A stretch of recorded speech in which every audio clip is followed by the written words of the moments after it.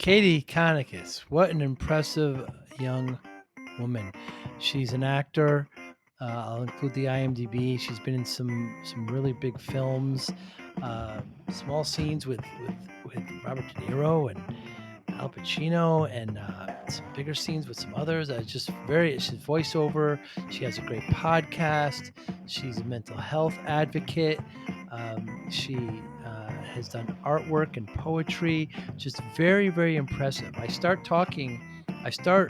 with asking her about mental health. She's a highly sensitive person where she's an empath and she could feel other emotions, and she has ways of combating that and ways of dealing with it that calm her down. She washes her, retreats and puts cool water on her wrists and the back of her neck, and just how we can help as friends that have friends of empaths and HSP. It's a fascinating conversation.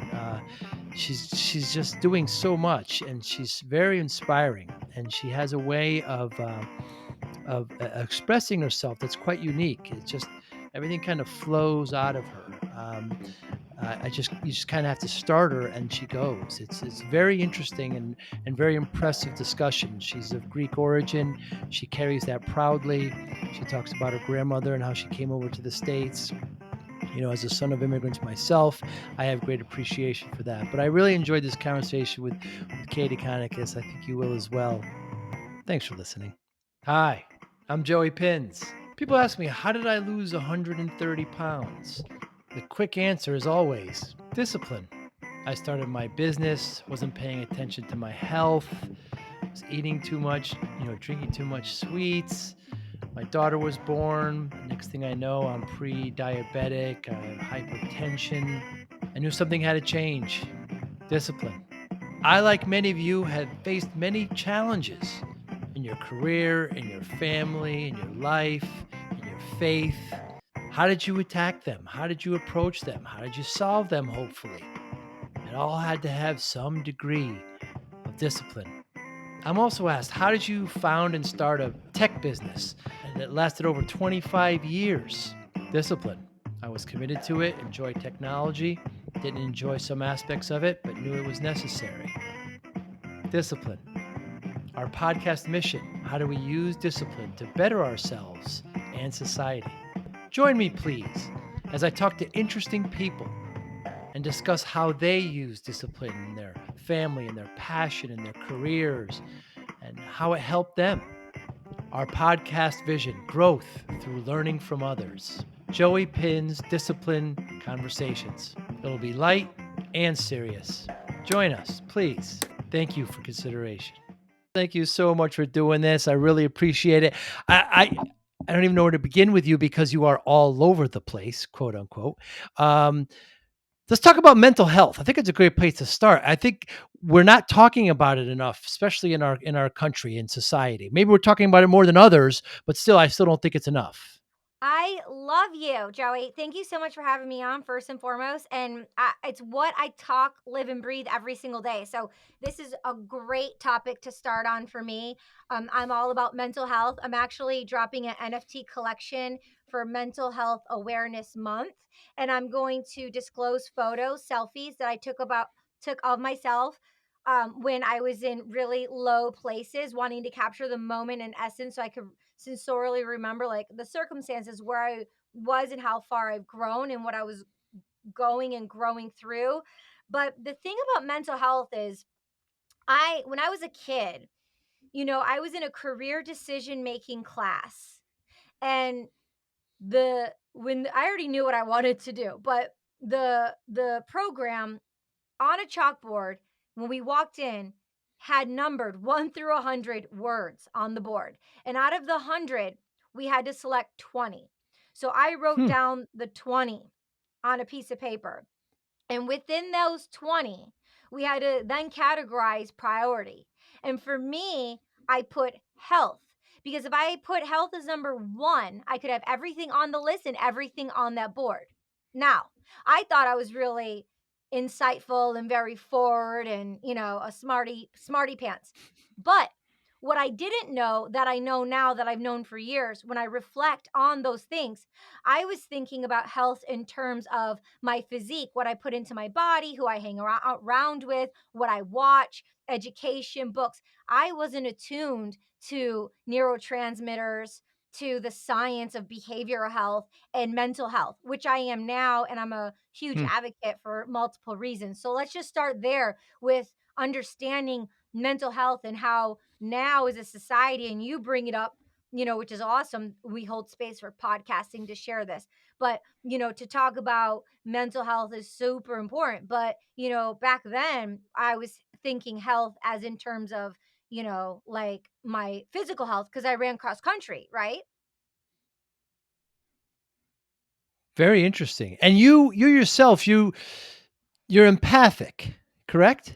1000%. I didn't know the language of empathy. I didn't know the word HSP, highly sensitive persons, but yeah, I am 1000% an HSP, highly sensitive person, empathic. Yes, big, big time. Hmm. I've had the pleasure to speak to empathic people, but there's so many different degrees. Now you're in New York, you're in New York City. There's 8 million people around you, Katie. So Hmm. when you're walking in Manhattan, do you feel all of their energy? Honestly, I'm bi-coastal and I'm in New York right now. Right. And I, because of the state of the world and how sensitive I am, um, literally the time that I've been here, the short time I came from LA, not recently, but I've only been outside 3 times, like because I'm not walking around because of the energy. And I mean, I Hmm. don't have my car here, and for me, because of how sensitive I am, I'm not going on trains underground. I'm not walking Wow. around, I only did it a few times. I'm really homing and honing in right now to preserve and keep my energy like sacral, to protect my energy because I have so much going on, which I'm so excited about. And so I know I need to protect my energy because I am an empath. Yeah. And my centers are open. And so I take on other people's energies. So since I take on other people's energies, I need to be able to know how to cleanse those out and not keep and hold them within me. Hmm. Hmm. So do you be let's take the pandemic away. If it wasn't here, would you ride in the subways? Would you go out to Central Park?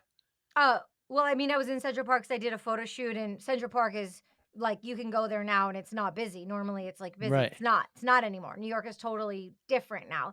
But no, yeah, totally. Before the whole world blew up, I would be on the underground, I would be in lifts, and I would be walking around, but also I would be like a laser sharpshooter getting to where I needed to go. I'm not hanging Hmm. out in like massive places where there's a lot of people.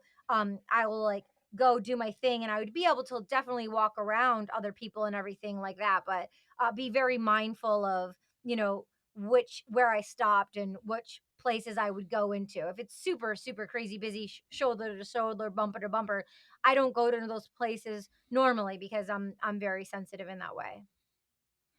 And it just fascinates me, and I don't want to harp too much on it, but so I live in New Haven. Grew up in Queens, with my family, and I'm very used to surrounded people. But like my girlfriend was there, and somebody on the subway was yelling, was yelling things at her, and she was getting quite upset. We just learned to kind of not look at some people, but with yourself, with your empathy, you feel it, and you can't stop it from coming in. I mean, explain what that's like to people who don't have that heightened sensitivity. Yeah, sure. So, a couple things. Like one, like right here is an earplug. I literally have this box that you can get on Amazon or Uh, wherever. Like I carry earplugs in all of my jackets, all of my bags, all of my purses.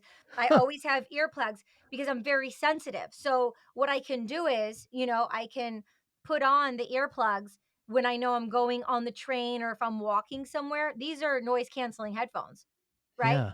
Because there's something also called, which a lot of people don't know about, my sister turned me on to it, is misophonia. And so the president Tom Doiser, which I think I can make an intro for you, it's very fascinating, but I had him on season 3 of my podcast, and most people don't know. They think, what's wrong with me, or like something within self goes from 0 to hero, where it's like they get angry or they get irritated and they think something's wrong with them or they have this psychological thing. But what happens is it's misophonia, and like he says the statistics of like 3 and 4 of every like 10 people have it and just don't know that they have it. But what happens is it's an intuitive hit. It feels like it's an attack on the body. So he worked Hmm. with me to find out where that was for me. And where it was for me is with motors. So lawnmowers, my mom blow drying her hair growing up, vacuums, that would like it'd be an intuitive hit. And what I do is I stop breathing. And so when I hear it. And then there's a two, and then there's a three, and it's a trigger. And it goes from like three to like escalates to like seven or eight very quickly. And what I need to do, what I learned from Tom Doiser and the Misophonia Institute, and they have an app and it's free. And what I learned, so to take you through it, because it's a psychological, it's a behavioral thing. You don't need medication for it, but it's training the discipline of muscle like meditation.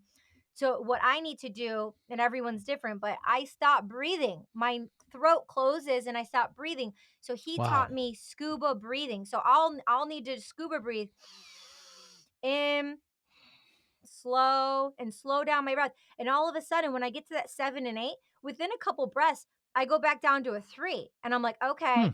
And then I'll, if it's, I'll walk really fast to get away from it if I'm in New York City, or if there's like, fire fighters with an ambulance going, I'll just like, dart to the bathroom, go inside, like leave the situation. But that's what I did before. But now I know Hmm. to scuba breathe, and I have my phones and my ears and ear canceling headphones.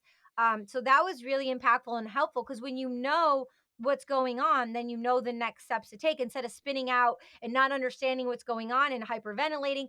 Because what happens is you get the intuitive hit, and what happens is that as human beings, we have our heart. And we have over 40,000 neurons in our heart. Our hearts are so powerful.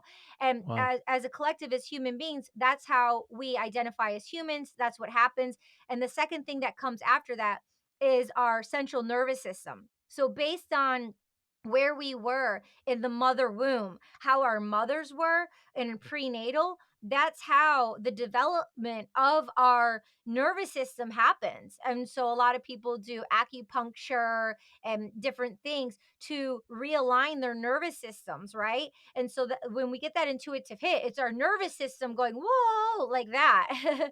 Tom Doiser does it a lot better on the YouTube video, when he was on She's All Over the Place, because I was doing videos then. So that's kind of in a nutshell with misophonia. And then, it's there's Hmm. also like sensory processing disorder, which I don't think me or anyone is a disorder, but it's how we process our senses, right? Our sight, our hear, our taste, our smell, all that. But knowing those things, I think, go hand in hand with being an empath and being an NHSP. And like in a nutshell, what I'll do is, if I'm at an event or a party, not lately, but I'll, or at a market or something, if it's a lot for me, if there's a lot going on, I go to places when when it's not so busy. Like markets aren't busy on a Sunday. I have like Instacart. I'm not an affiliate. Well, I'll have like Whole Foods be delivered to me, so I'm not like putting myself in situations with all those people and the chaotic energy, especially because the world is heightened right now.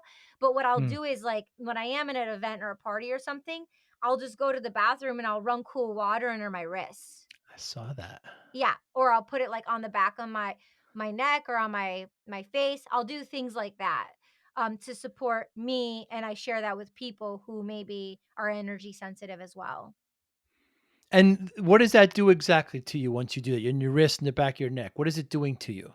It cools down my nervous system. The blood, Ah. it calms down my nervous system. And my acupuncturist, he's amazing. He taught me, it's Chinese medicine, where the left hand, you can take your right thumb, and put it on your wrist and just hold it, and it slows down the heartbeat. It slows it down. And the other thing you can do is where your heart is, where the bone is above it, you can literally just tap on it, just keep tapping on it, and it moves the anxiety and the energy down, because what it is, it's meridian points, and we're all energy, and energy gets stuck in our body. So people who meditate, dance, work out, move around, you know, that's how you can move the energy if it's stuck and stagnant, if you have something going on. Wim Hof breathing's amazing. Google Wim Hof. There's a 10-minute Wim Hof, you know. My podcast, she's all over the place, a part of my being my of how my personality is. And circumstances and neurotransmitters that fire and wire, and circumstances, and people get so mundane and bored with their lives and their circumstances, because it's like going on a train track, and it's stable, right? So it's good to have some structure in place.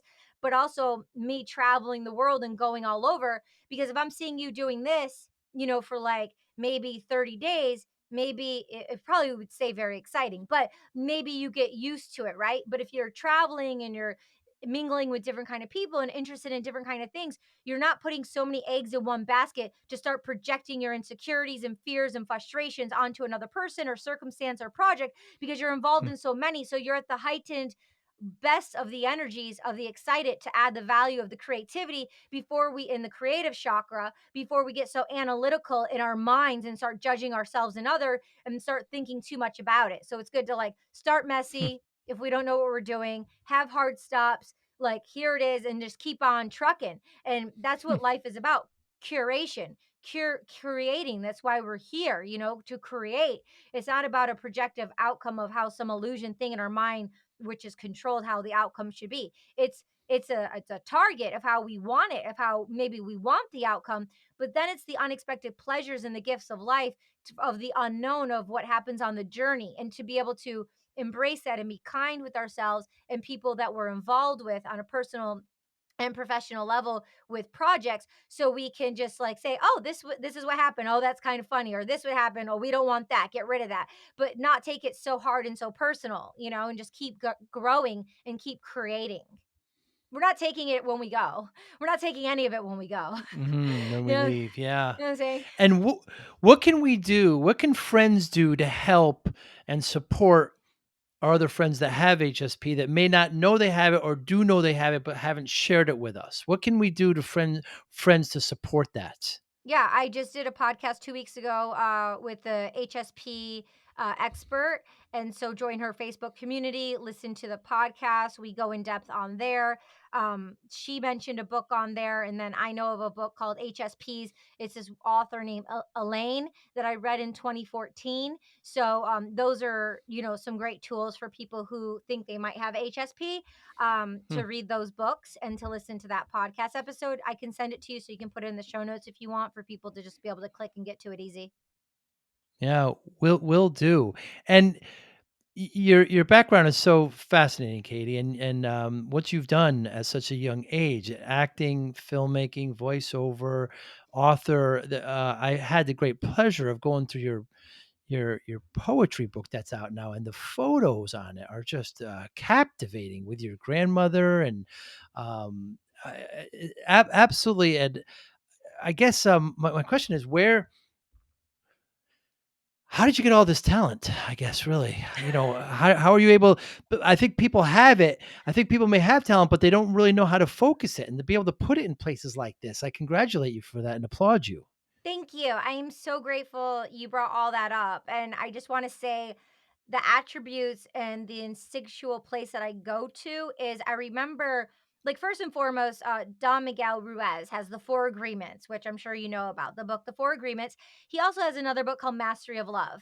And he talks about how we're all very primal beings, which we are. We're very primal. And at a young age, when we're all born, we get domesticated by our circumstances, by our Hmm. society, by school, by with what's within our communities, right? And some people never leave that. They get so entrapped by that. So when I was a child, I remember, pick one thing, do the one thing, go to work Hmm. 9 to 5, 40 hours a week, go to school. Your mommy and daddy get to pay for schooling, or you get a scholarship, and then, or you go into debt, and then you have to pay that off, and you go into school, and it's these systems of the education system. And then people graduate from college, and then they get married and they have kids, and they're paying off their debts if you took the debt route. And I was like, nah, Like, I wasn't interested in any of that. So I was very like insightful and reflective as a child, as if I was, 20, 30, 40 years later and I was looking back on my life of how my path would be. And it wasn't for me. So I chose to march to the beat of my own drum.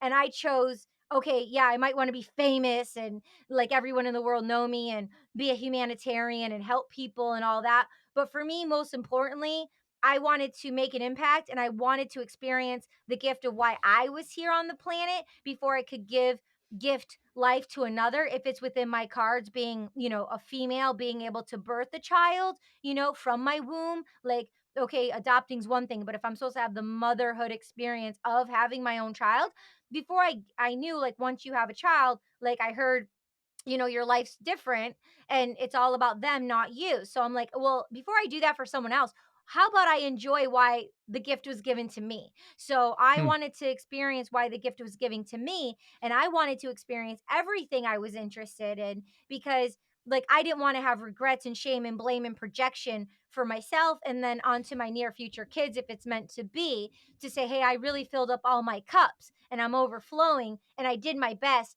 and when I'm ready to throw in the towel, hey, I explored those ventures. So I look at my life and my career as an exploration that I've been birthing, painting, doodling, voiceovers, comedy, drama, podcasting, music, like all of these things. I've been author, like poetry. I've been birthing, traveling the world. I've been birthing all these things. And these have been my babies, you know? Hmm. Interesting. With all of these outlets that you have, you also mentioned music that I didn't mention, which is very interesting.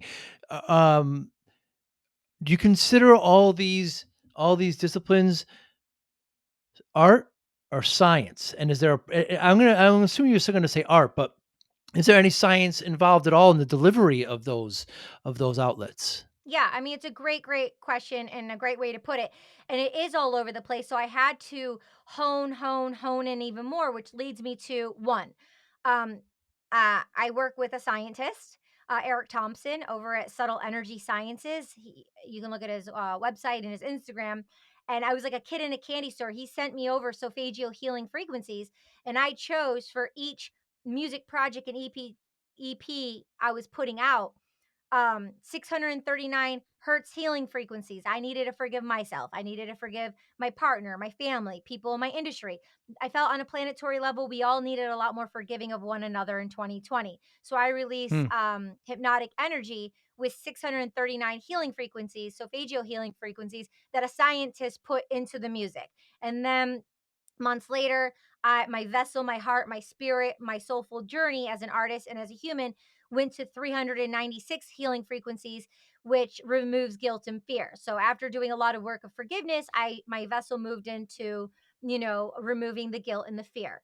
And so that's kind of like on a science level. And then I was looking not right and wrong or weak and strong, but like exploring the things where I wanted to be more confident. And for me, that was like my womanhood and exploring divine femininity in all genders because I felt very like masculine in a way. I felt like a lot of like non-binary, like all genders created equal and just standing for LGBTQA plus communities and then, all that jazz. So I took the music and then coupled it with my podcast to focus on women empowerment and exploring divine femininity in all genders. And the album I released on my birthday 11/11, which explores that, I thought they were just going to be beats with the healing frequencies, but I actually was so inspired that I did spoken word poetry on the beats and the music. So when you listen to the album, 7 out of 11 are instrumental, but 4 of them have spoken word, the sound of the vibration of poetry and my word with music of me Hmm. sharing what I'm feeling and growing through right now. So I was able to not only do that, but as a producer, director, as a voiceover person, and as an on screen actor, I produced 2 music videos from the album. I directed them.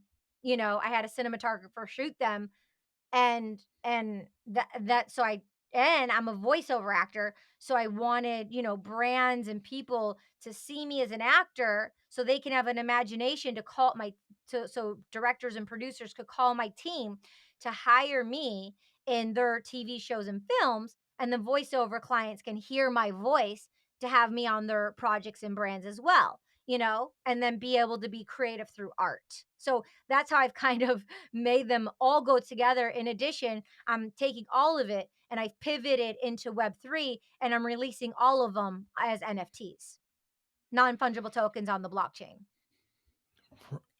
Yeah, so many questions I have. Let's start with, you mentioned your vessel and how you were able to remove certain elements. Uh, Explain that process, please. Okay. So explain the process of what? Like, so you said that at one point you removed fear and you removed different Yeah. emotions. Mhm. I don't understand. Please explain how that works. Okay. So I was, in 2020, we all had that space to reflect, right? Sure. And while doing that, I did a podcast on forgiveness, and it's on, I think, season 3 of my podcast, when I took a solo trip to Greece for a month. And I sat at these ancient ruins in, Naxos, one of my favorite islands in Greece. And I sat there for over 3 hours, and I did ceremonies. I forgive myself, I surrender myself, and I did it to my mom, my dad, my siblings, anyone who took advantage of me in my profession, in my industry. I did it with my for my partner, and anyone that I felt like I needed to forgive, or I asked for them to forgive me, and I forgave them, and I surrendered and dismantled being responsible. So on a Hmm. psychological level, I just sat with myself and I said these scripts out loud. And when you say these scripts out loud, because right now we have scripts going on. So according to Dr. Joe Dispenza, we have 60 to 70,000 thoughts per day. 90% of those thoughts are the same thoughts, and it's going around on a track in our minds, which is just a tool. Our mind is just a tool. And I identify as a cross country runner going around on the track. Like, I was a cross country runner and going up and down the mountains, in the hills, so adventurous and fun. But track season was going around the track, and it would just drive me wild because it was so boring just going around this Hmm. huge track. And that's what our mind does, right? We go around on this track. And I mentioned a bit ago how our heart has over 40,000 neurons, right? And our hearts are so powerful. And our minds have 60 to 70,000 thoughts per day. 90% of those thoughts are programmed from our circumstances, from doing the same thing. So, to shapeshift energy, to pivot our attention, because we only can focus on one thing, what are we focusing on? And then, like, 4 hours can go by. We're like focusing on the same thing for Hmm. 4 days, 4 months. And then it becomes a part of your personality, right? And it becomes, that's what happens. So, you have to dismantle this these days and years that have gone by and be like, oh my God, I was hooked in from this age, from this person or this thing. And Hmm. I've been running with it, and I've been telling myself that story, but it doesn't make me feel good. I don't like it. I don't want it to be a part of my story anymore. So I'm going to unhook myself from that responsibility that I put onto myself, because we put these things, we hook on that we have to take care of this person because we have to. No, we don't. We might have responsibilities that we'll keep tending to, but it doesn't have to be the extreme of 1,000 or 100, because it's their life and Hmm. their journey. And we can only show up authentically for ourselves. And a lot of times, so many times, we as humans are not being authentic to ourselves. And we need to clean up and forgive ourselves and connect to ourselves for those things. So I was able, like, I did it in Greece in 2016, when I did that solo trip. And then again, I thought it was cleared out, right? I thought it was good. But then it's like, oh no, there was still some stuff going on, right? So we might do a ceremony, we might do those things, but then there's things hidden, and stuff still comes up. So then we just need to befriend it and go, okay, I just need some more love and attention in this area. If it's yoga, if it's audiobooks, if it's spending time with self, if it's being in more joy of happiness. So in 2020, I needed to do a lot more forgiving. I need to do a lot more forgiving. And then I happened to be with my mom in Michigan after 2 decades of my career and traveling the world in 2020. it was 20 years that I left home, and I needed to dismantle my mother's approval and what she thought about me and judgments that she had that was projected onto me. Not that she meant to, she loves you. And the people who do that, they don't mean to, they love you and they're just Mm. gifting you the best advice that they know. But we need to, it's our responsibility in the 21st century to break generational trauma and dismantle scripts that are somebody else's. Sometimes I'll have scripts in my head and it's my sister's voice. That's a script of like your wife or your partner or someone else is saying, it's theirs that they put onto you and you believe it, like a brainwash, right? But like check in.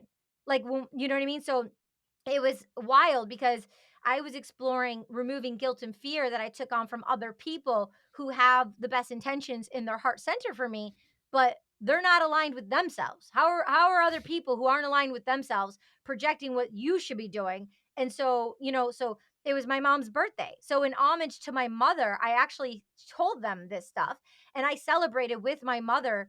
It was a full house EP and homage for Bad Boy Bill, who's like a pioneer in house music and electric and EDM music. And I was at my house where I grew up and I titled the EP Full House that was encoded with 396 solfeggio healing frequencies by the scientist Eric Thompson. And I was in my home, so it was like a full house experience of being with my mother and breaking those generational curses, breaking down those psychological, scripts within my own spirit and being, that I was able to dismantle those, forgive myself, forgive my mother, and turn over a new leaf. And when it came out, we celebrated with a toast, with a drink, and we listened to the whole EP together, just my mom, my dad, and me. So it was a celebration. So taking things, dismantling them, and having a celebration of it, even if it's treating yourself to ice cream or to a book you want to read or a trip somewhere, a long drive, it's really important. Or sometimes people just write it out and then, they on a new moon ceremony, every month you can do a new moon for new intentions of new things you want, new scripts you want. And on a full moon, dismantle those scripts. And some people rip it up or throw it away or burn them if it's a safe space outside and burn them and get rid of it, but it's a psychological thing. And that's energy and motion.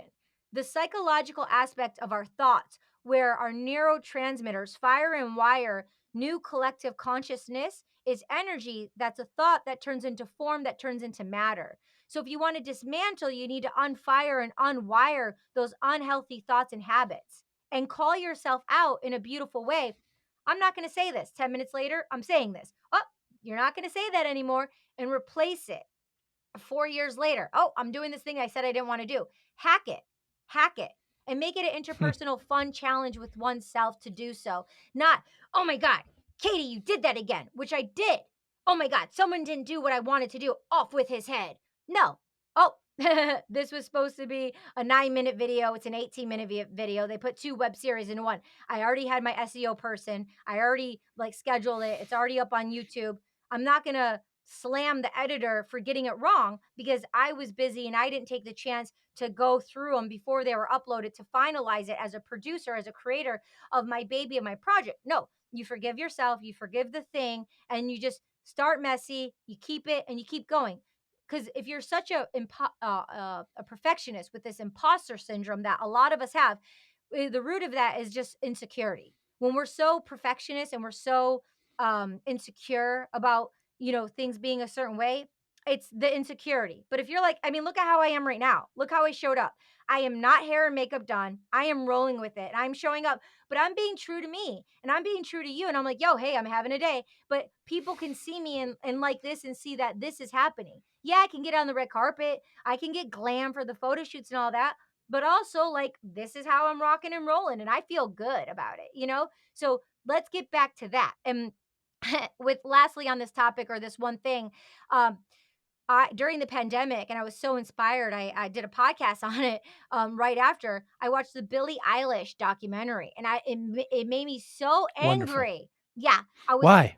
I was so frustrated because I realized, look at the birth of who she is and the illusion of what she's become, and I'm not that yet, right? But I'm not going to be that because I'm not her and she's not me and I have my journey. But I was so mad and I had to clean it up and acknowledge and dismantle of how I was being inauthentic, to people, to myself. and get back to my artistry so I can be more raw and real with who I am as an artist. I just saw the realness and the rawness of who she was and how she was. And I'm like, I want to be that because I've been doing this perfectionist thing. I've been doing this thing of like how things should look. And I can get so analytical in my head and it's too much and it's pressure. And then it's not fun. And life is about health, having fun, creating, and showing up for ourselves and then doing that with other people, right? And when we do the other stuff, it gets in the way of this the creation and the birth and the fun of it, right? Very interesting. So you were angry at the Billie Eilish documentary because you were jealous? I was frustrated because I saw, her career path and Hmm. the way she was, and I mean, this could apply to Pink as well. Her documentary is awesome. Like, she tours with her family. Like, that's what I've always wanted to do. I wanted to be a touring artist, musician, and like tour with my family. I don't have a family yet. You know what I mean? And it's not too late. It could still very well happen, but it hasn't happened yet. And maybe it never will be, but it's something that I've aspired to. So it's like the anchor you set an intention, but then, like I said earlier, like you go on the journey and you embrace what's supposed to be. And yeah, the frustration and the anger of how I was blindsided of this perfectionism or people pleasing of what other people wanted from me. I stopped listening what I wanted for myself and doing not all the way, but in some ways. So I was able to dismantle, like, I'm not going to do that anymore. I'm not going to be a part of that anymore. So I can get back on my path in the direction of where I want to be authentically, however that may look. Even if it's not the projected illusion or vision that I have for myself, maybe the universe has something grander for me that I don't know about. So let go, let the flow happen. And yeah, the number one emotion is jealousy, right? So there's some kind of like healthiness in within that realm. But yeah, I mean, when she was hugging Justin Bieber, I want to be hugging Justin Bieber. When he's like calling me on my cell phone, I want him calling me on my cell phone. You know what I'm saying? Yeah, I mean, she's a performing at Coachella and stuff. Like, it's like, yeah, like I want to be performing at Coachella. There's, as artists, you have that thing because you want it to be you, or even a parent, or you want a family like that. There's that thing that comes up. But within that thing that comes up, it's acknowledging that it's there, but not allowing it to control you and have you raging on other people and being mean to them that, you have this and I don't. Like, that's nasty, right? We need to appreciate the gifts that we have been given. Cause like you said, when we first started, I've done all these things. So it's like I get to appreciate all those things that I have done and maybe Hmm. endow and appreciate them a bit more. The common thread of the podcast is discipline. I lost a lot of weight. People ask me how you did it, like there's some secret, and I just say discipline. How does discipline? What role does that take in your life, Katie? Yeah, 1000% discipline and congratulations. Good for you. Because when it's not only removing the weight, it's removing the toxic things that aren't serving you, that are keeping you Mm. emotionally down, and excuses for you not fulfilling your full potential. But when we don't have that extra baggage, we can, get to the bullseye and go lightning speed a lot quicker. So discipline for me, my dad was a cross country runner.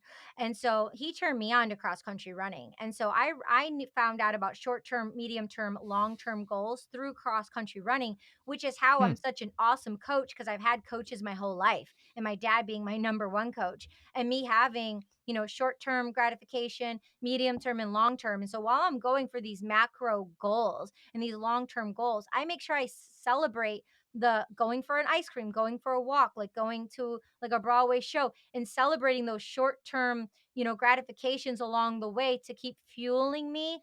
And so I'm disciplined to do that, and I'm disciplined to share that with others, and I'm disciplined to share my experiences no matter what they are or how they look or what anyone thinks, so people can learn from my mistakes and so I can learn from my mistakes. And then having discipline where it's like if I'm going to show up, like I show up.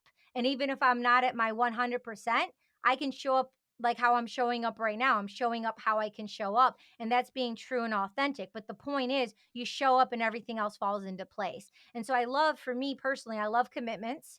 That's why I did a DJ music program, and it was a 1 year commitment. I love being part of collective collaborations with people. So I always put myself on the train track to collaborate with other energies because I'm a people person. And as much as I'm extroverted, I also find, solitude time. where I do things that I need to do so I can harness in that energy and create new energy so then I can cycle that and project it out in the most positive way. Because if I don't do that for myself, then I'm not balanced and then I'm not going to give you and the listener and the viewer my best self, and it's an energetic responsibility of the sound of what I say and how I'm saying it because people are listening through their ears, the vibes and the tone of the vibration, it's going on to their spirit and their souls and into their hippocampus, for short-term and long-term memory. And it's an energetic responsibility of what we share as healthy communicators on this planet, and I'm responsible and I choose to have that, as one of my duties as one of God's angels in life. And that's how I want to be remembered and a part of my legacy and my co-collective consciousness with the collective of people like yourself who are into the same kind of things. Very well said. Absolute pleasure talking with you, Katie. I feel we only scratched the surface. Maybe in the future we'll talk again. But so many things. So tell us how we can get in touch with you. I'll put a lot in the show notes. But what are some of the highlights? Yeah, my website, Chonacas.com, is the best place. All my social media is on there. Sign up for my mailing list, I guess, is number one. So you're in the loop. I definitely have merch if you want to support me and all the things I'm involved in, poetry books and merch for that, and my album and my podcasts. And so just Chonacas.com, everything is there. Everyone can just check it out and whatever interests you. You can, send a message and we can keep it rocking and rolling together. Absolutely. And Chonacas, Chonacas. Yes. Yep. I have a lot of Greek friends, and it's part of your identity. You go to Greece, and did you speak Greek? Oh, yeah. So I speak Greek, and then I was born with 2 names. So I'm Katie Chonakis, Ah, but also Kyriaki. So my baptismal name is Kyriaki, which means Sunday in Greek. So if you're like, I met a Sunday or I met Kyriaki, it means not only is Kyriaki a saint, a great martyr, she's a saint, Saint Kyriaki. She's one of the most prominent saints in the Greek tradition. But my yaya, who's 92, who's my bestest friend in the whole wide world, who I'm named after my dad's mom, who taught me everything I'm saying to you. Like, I'm a poet because of her. She's a poet, she's a singer. Like, she came from the old country to America. She went 10 miles each way every day back and forth from hmm. the south village called Ramila to pick blueberries on a donkey. And she came over to America for a better opportunity. And then I ventured out, I toured the world and toured the world. I would tour the world, and Hmm. I ventured to California, and everyone in my family, the kids, they all moved to California, like 18, 19 people from my hometown, my sister's friends, brother's friends, they all moved to California. And I was the first one to go. And then my Wow. family, they went to Vegas and San Diego and they went all over to the West for them to experience the richness of, life and the mountains and the sun and life of California. Because I walked in the footsteps of my yaya when she came to America. And then I extended that as a beautiful bird and butterfly to, to respect and honor who she is and the gifts that she gave me. So the poetry of Socrates and Plato and everyone, it's, the language of being Greek and meditation and the hymns and the tradition. I was able to observe other cultures in the world and hear other sounds and vibration of language. Even though I didn't know maybe what they were saying, I could feel how they were saying it and what they meant and the passion from their hearts and the souls. So all that body intelligence comes from my Greek roots and my traditions, and my mom also, who's a singer, so in the melodies from Motown. But yeah, because of my yaya, who's my best friend, everything is because of her, and we're here because of her, all of us. That's wonderful. It's a wonderful sentiment, and I love family, and I love the idea of following in footsteps like that. Katie Kanakis, thank you so much for your time today. I really appreciate it, and I hope one day we get together and have a cup of coffee and talk a little bit more. Thank you so much. Yeah, I totally appreciate you. Thank you so much. And when you're in New York or LA, like, let me know. I would love to meet up in person. We can make it happen. Sounds good. You be well. Galanita. Kalanikta. Yes, efkaristo paripoli. Mwah, Filaikya. Thank you for listening and or viewing Joey Pinz Discipline Conversations. Please share this episode with one or two of your friends who you think may benefit from the episode. Our website, www.joeypins.com. There you find lots of resources and you could join our mailing list. Please follow us on all our social media, Instagram, Twitter, and Facebook. Podcast information, the video version of our podcast is on YouTube. Please subscribe. Audio is on all major podcasting platforms. Please follow them. And if you like it, please consider giving 5-star rating. Would really appreciate that. Would you like to financially support the podcast? You can go to our Patreon site. Consider $5, $10, or $20 a month. There's all kind of plans that we have there. There's like a one-time payment. What is this podcast episode worth to you? $25, $50, $100, $500, $1,000, $5,000. You be the judge. You can go to our PayPal account to do that as well. Thank you again for listening or watching Joey Pinz Discipline Conversations.